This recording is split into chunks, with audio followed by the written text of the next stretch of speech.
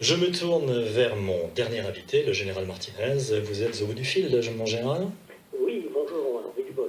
Bonjour mon général, merci d'être présent pour votre tribune. Alors écoutez, j'annonce, c'est une grande nouvelle, notre tribune portera le nom de Tribune de la France résistante. Qu'est-ce que vous en dites? C'est très bien, c'est très bien et bien choisi.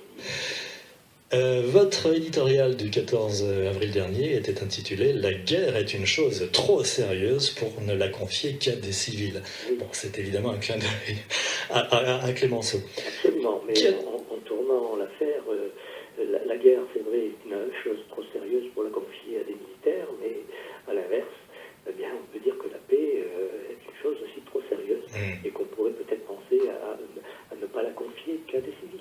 Alors, quelle conclusion tirez-vous de cette aventure en Syrie?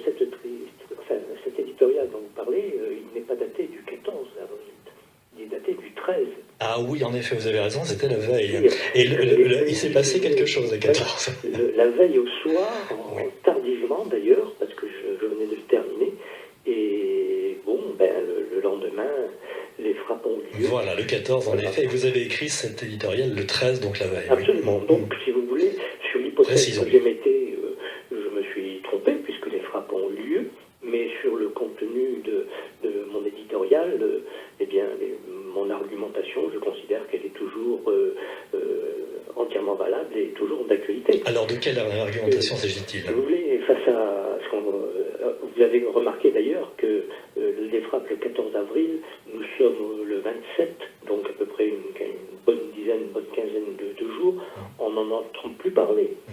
Mais ce qu'il faut dire, c'est que face à ces récents développements de cette situation sur le terrain en Syrie, et nous l'avons remarqué à l'emballement de déclarations intempestives pour certaines, on ne peut finalement que s'indigner de l'égarement et de la perte de réalisme, et on peut dire aussi de responsabilité qui a été manifestée par des dirigeants politiques, pas n'importe lesquels finalement, puisqu'il s'agit de dirigeants à la tête de grands pays, mais probablement guidés par des intérêts tout autres que ceux liés à la nécessaire réduction des tensions dans le monde. Ça me paraît évident. Ce faisant, on peut dire que par ce manque de lucidité, ils n'ont pas non plus retenu les leçons, pourtant des leçons récentes de l'histoire. Ils ont refusé d'analyser les conséquences probables de leurs décisions. Eh bien, je crois qu'ils jouent un peu les apprentis sorciers en favorisant l'émergence d'un conflit qui peut être beaucoup plus large, qui peut nous dépasser et qui met finalement en danger la vie de leurs propres citoyens, et en l'occurrence, l'Europe étant plus proche que les États-Unis de cette région du monde, eh bien, mettre en danger les citoyens européens eux-mêmes. Alors, moi, quel point on peut retenir, rappeler tout au moins à ces dirigeants que je considère un peu dans cette affaire précise comme des va-t-en-guerre, ces dirigeants politiques, mais également ça s'adresse à tous ceux de la société civile qui sont, comme certains, partisans de l'ingérence et de l'intervention militaire à tout prix pour des raisons présentées comme humanitaires. Alors, sans revenir dans le détail, bien évidemment, sur les événements qui ont précédé, c'est-à-dire l'invasion de l'Irak en 2003 par les États-Unis, décidée de façon unilatérale, sans revenir sur l'action de la France elle-même en Libye en 2011, avec, dans les deux cas que je viens de citer, des conséquences que nous connaissons, avec notamment l'expansion du terrorisme islamique et la création de l'État islamique lui-même. Il faut souligner fortement que cette décision de déstabiliser la Syrie est en grande partie la conséquence de ce qu'on a appelé le printemps arabe. Donc sans trop remonter dans le temps, il faut peut-être quand même rappeler à nos dirigeants qu'en 2011, la Syrie était le seul pays majoritairement musulman, vraiment laïque dans la région. Et c'est parce que le président syrien a refusé d'obtempérer aux exigences, je dis bien aux exigences de l'Arabie saoudite et de la Turquie, qui voulaient lui imposer un changement dans sa gouvernance pour favoriser précisément les islamistes. Eh bien, c'est pour cette raison que nous en sommes là aujourd'hui. Rappelons opinion qu'on peut avoir du président syrien, il est le seul dans la région à avoir su protéger les minorités, et notamment les chrétiens. Absolument. Et oui, alors après 7 ans de guerre, les forces armées syriennes reprennent aujourd'hui les choses en main, il faut le dire et le reconnaître, grâce à l'intervention des Russes, de la Russie. Et on peut dire que les États-Unis et la France avaient, jusqu'à l'intervention russe, maintenu dans leur action un conflit de bas niveau, dont le but était de faire tomber le président syrien. Alors on peut comprendre, ils n'ont pas réussi et acceptent aujourd'hui difficilement l'inversion de la situation, les forces syriennes reprenant progressivement le contrôle du pays.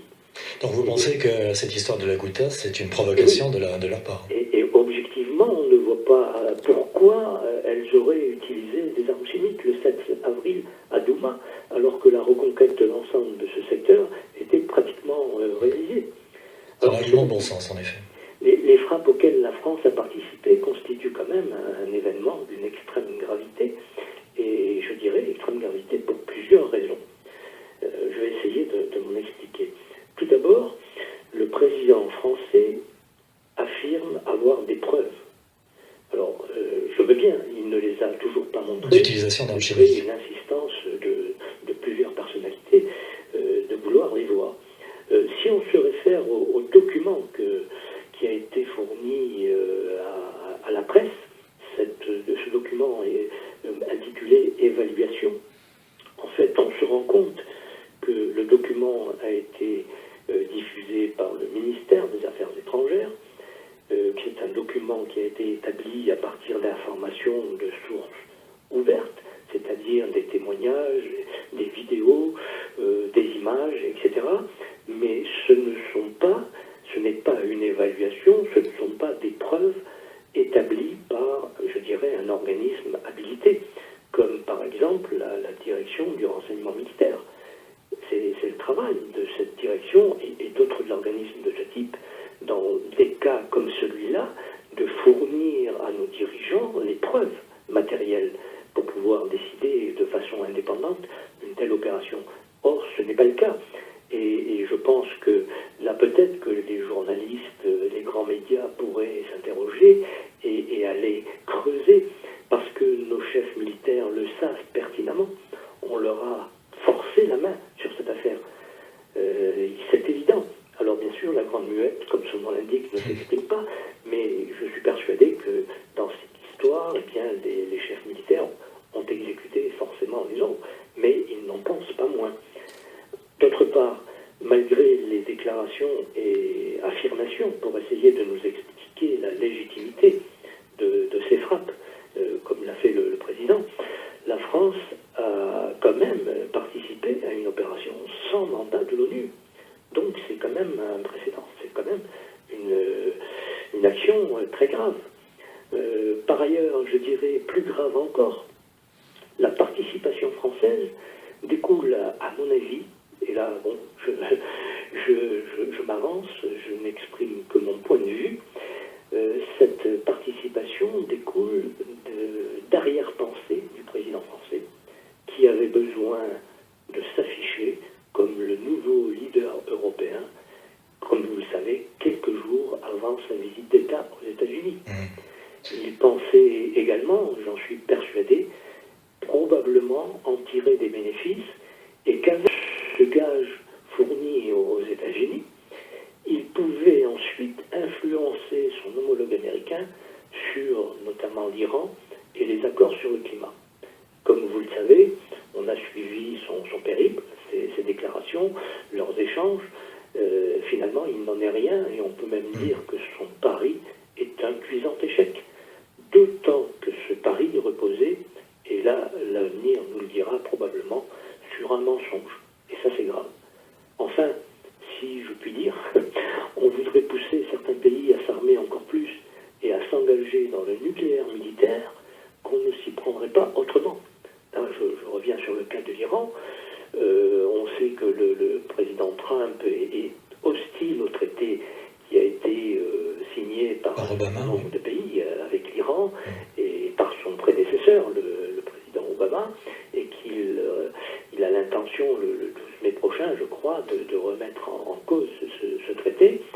Le président français a essayé, dans la conférence de presse donnée avec le président américain, de tourner cette affaire à son avantage en parlant d'un nouveau traité, mais le président oublie une chose, c'est que comme pour la Syrie, l'Iran est un pays souverain, la Syrie également, et que les grandes puissances peuvent se réunir pour essayer de faire évoluer les choses, mais comment imposer à des grands pays comme l'Iran aujourd'hui de se plier à leurs exigences?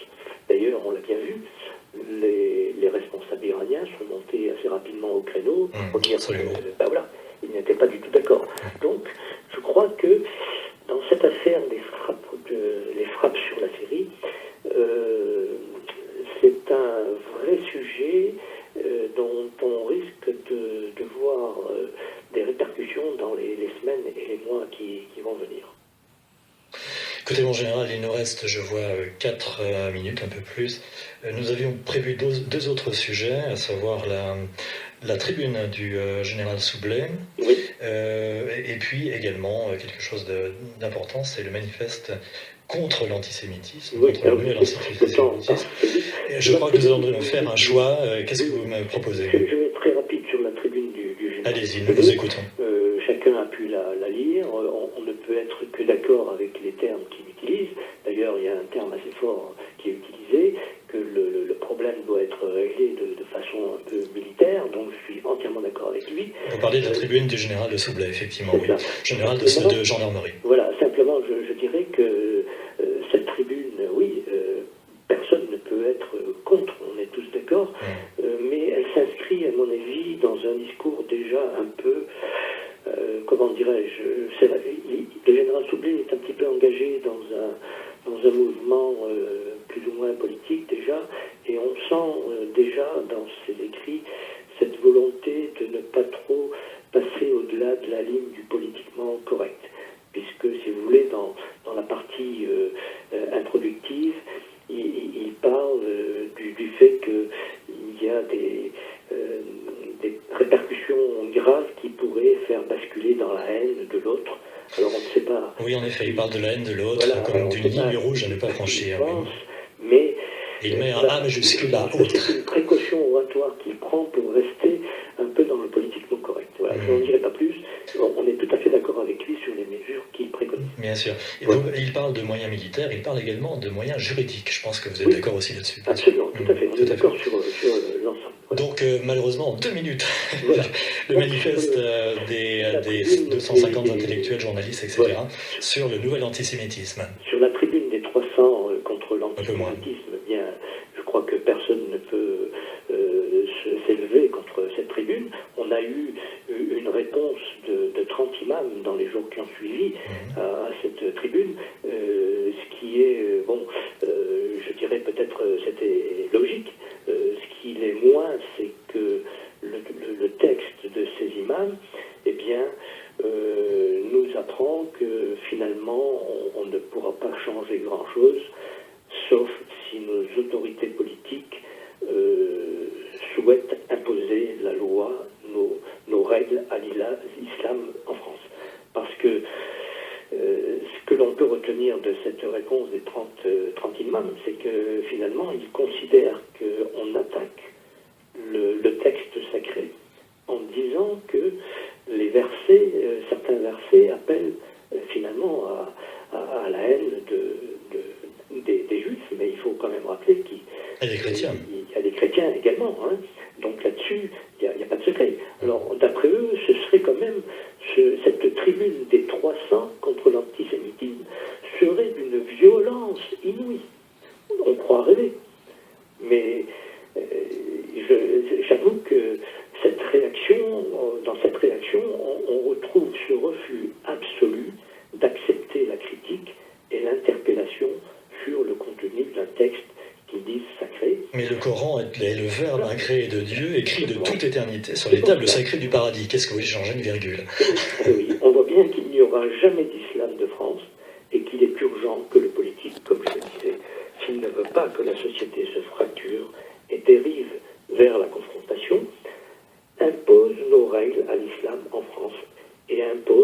dirais même de la remigration à ceux qui ne veulent pas s'y conformer.